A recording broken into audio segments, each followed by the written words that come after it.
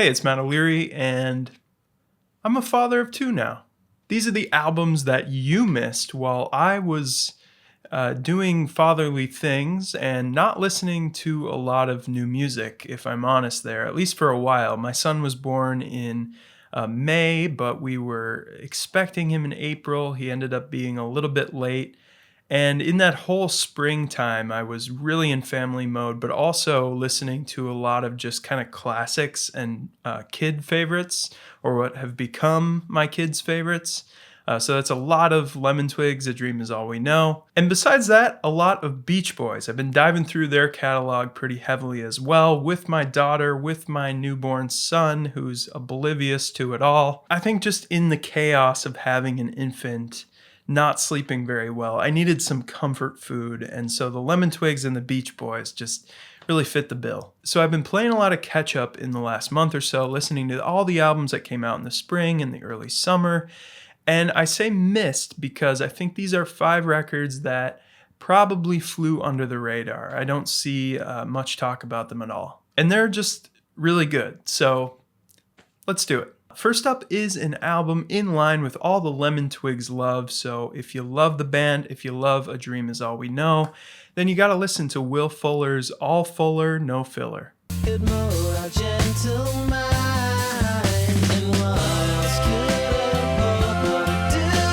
Melbourne native Will Fuller tries to fulfill this ambitious album name with a very tight 13 tracks that's totally indebted to 10cc, Big Star, Todd Rundgren, all the 60s and 70s power pop that you know and love. The House of Love is just some bubblegum funk with some airtight vocal harmonies. I love the contrast between the funky disco of the verses and the very jangly choruses, and it's got this really cool outro section as well where the bass just drops out and you got the vocal hook and some hand drums and little percussion. It's just a really stark and beautiful moment. The track Worthwhile sounds like if Ben Folds and Green Day hooked up for a Beach Boys tribute track, but good. Pacific Coast Highway and Jacaranda are probably the strongest in the chord progression department, but the standout sticky hook is on All of Me in Line. There's a great vocal blend and instrumental arrangements throughout the album. Very flat and kind of rigid drum sound though. It's an underwhelming drum tone that I don't think fits the analog appeal of the rest of the album. With those things said though, very enjoyable listen. Smooth, easy, friendly, anti-cynical. If you watch my channel at all, you know that I can't pick a lane as far as genre goes. So we're going to slingshot now from sunshine pop to instrumental progressive metal.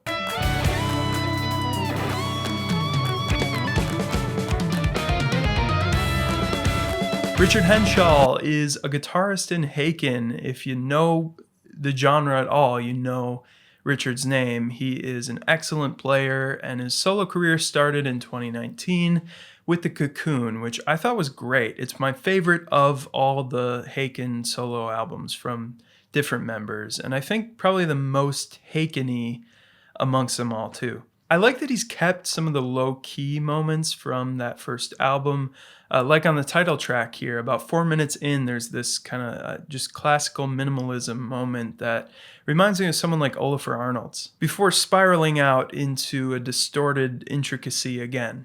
The prog metal guitar tone is just crushing, and it really has an eye to the past in that way, but it also has these very tightly arranged electronics that have more of a futuristic bent. This genre is pretty well established by now, but I think Henshaw does it better than most. It still sounds fresh and exciting to me, and just with all the non-prog metal that I listen to, this really slams as hard as I think he wanted it to. So yeah, really looking forward to the next 2 EPs in this Mew series, not Mew the band. I wish it was Mew the band, but it's not. It's MU, and yeah, another couple EPs coming, which is a strange way to do things, but you know, I'm here for you, Richard. This third pick is another cheat because it's also an EP, but an EP sent with love from a subscriber, DJ John at Progzilla Radio.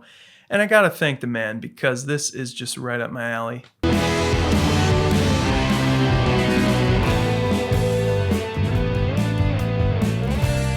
Magic Fig is a new Bay Area collective produced by Joel Robinow of Once and Future Band, who are one of my favorite progressive pop bands. And I hear that influence right away with the cosmic synth tones of a track like PS1, which has a very chipper but dreamy chord sequence. Absolute magic here from Magic Fig, and I think John just nailed it with his description. He said like early Pink Floyd with some Canterbury leanings and prog rock for sure, but with some dream pop vocals. I'd add modern bands like Kimono and Once a Future Band. Again, it's that perfect blend of like 60s psych with 70s prog that I just love. Ina Showalter's vocals are kind of in the tradition of Broadcast or Stereolab, more recently done by Beach House. Although some of my favorites with this more ethereal female vocal sound are Steady Holiday and Crying and Mamalarkey. The soft choral nature of her voice just pairs perfectly with the grittier synth sounds and that kind of squire bass crunch. Not in love with all the songs here, but there are some fantastic moments, and I think this bodes really well for a debut album. The end of April brought 2 albums from members of one of my favorite bands, Dr. Dog.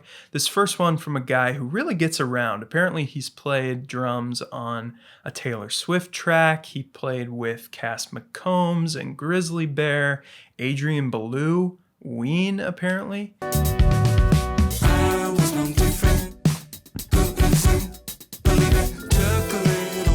I went into this new Eric Slick record, New Age Rage, having only heard 2017's Palisades, which I thought was a pretty middle-of-the-road indie rock album. No real personality or distinction coming through in his vocal style or his production style whatsoever. Although the songs were pretty decent. You play with Dr. Dog that long and you're gonna know your way around a melody. I'll say I left the door open to Eric Slick's music, and it was actually an interview with Taste Like Music on their channel about a month or 2 months ago at this point that got me thinking about the record, got me excited, and it's really excellent. It's totally fun, it's zany, it's kind of a Prince-inspired album with these chintzy vintage synths and kind of a dawn of the internet aesthetic overall. The first 2 tracks bring some strong hooks with some very relatable themes of self-doubt and writer's block. Kind of stop and go with the creative flow, which is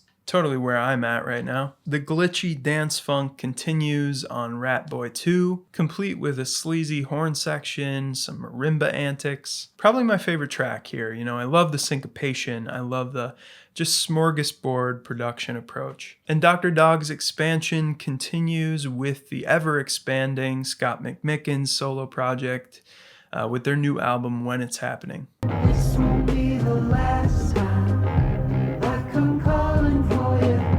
Every day's another. The direction of the first album, I'll admit, did leave me a little bit cold. I feel like it was another step for Scott into vibe and production over pop songwriting, incorporating dub reggae, most notably the very warm sound of old recordings, a little jazz as well, some Philadelphia soul, all tied together by Scott's signature sweet vocal harmonies and innocent tone. I should say the vocal harmonies are from a female trio, which is just a very classic sound. And I've come around a little bit on this direction on When It's Happening. I feel like I've accepted and leaned into the production and just the overall vibe. The various horns, the retro organ, the dry thump of the rhythm section, it's all so cool, so hip. I can't say it's nearly as good to me as early, mid Dr. Dog, but if you're a fan of Scott, if you like dub reggae at all and rock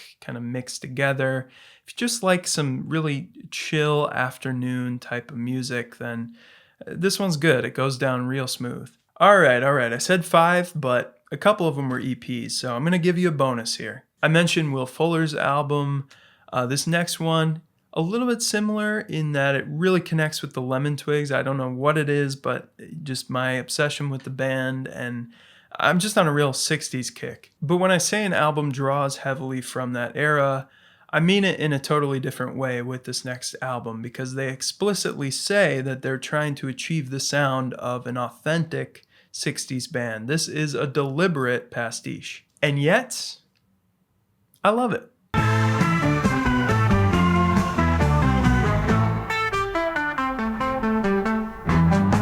It's the Flamboyant Train with their debut self-titled album. Strawberry Alarm Clock and Hermits Hermits and the Mamas and the Papas and the Turtles. All those kind of softer 60s acts are on this album, but that's not all because it moves chronologically from the mid-60s to, from sunshine pop to psych to kind of folk rock to even prog and kind of mid-70s stuff at the end. It's kind of refreshing to hear a band just say, yeah, we tried to do this. It's very deliberate.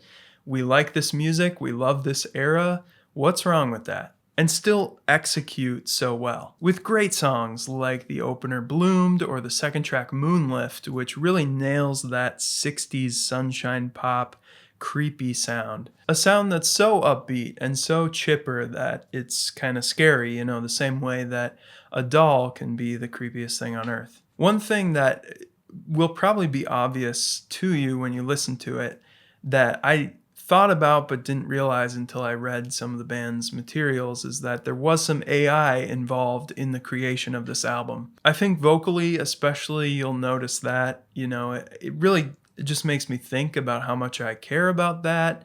Of course, I feel like I really value genuine playing and performance and people physically making music. But before I recognized that about the creation of this album, I did really like the songs, so there's kind of a conflict there. At the very least, they have a real talent for crafting and arranging these disparate sounds into something really exceptional. Whether it's, supreme talent in AI prompting or genuine musical talent in the traditional sense, either way, I'm on board to this particular Flamboyant Train. There are a ton of new releases coming very soon in July and August into September that I'm looking forward to.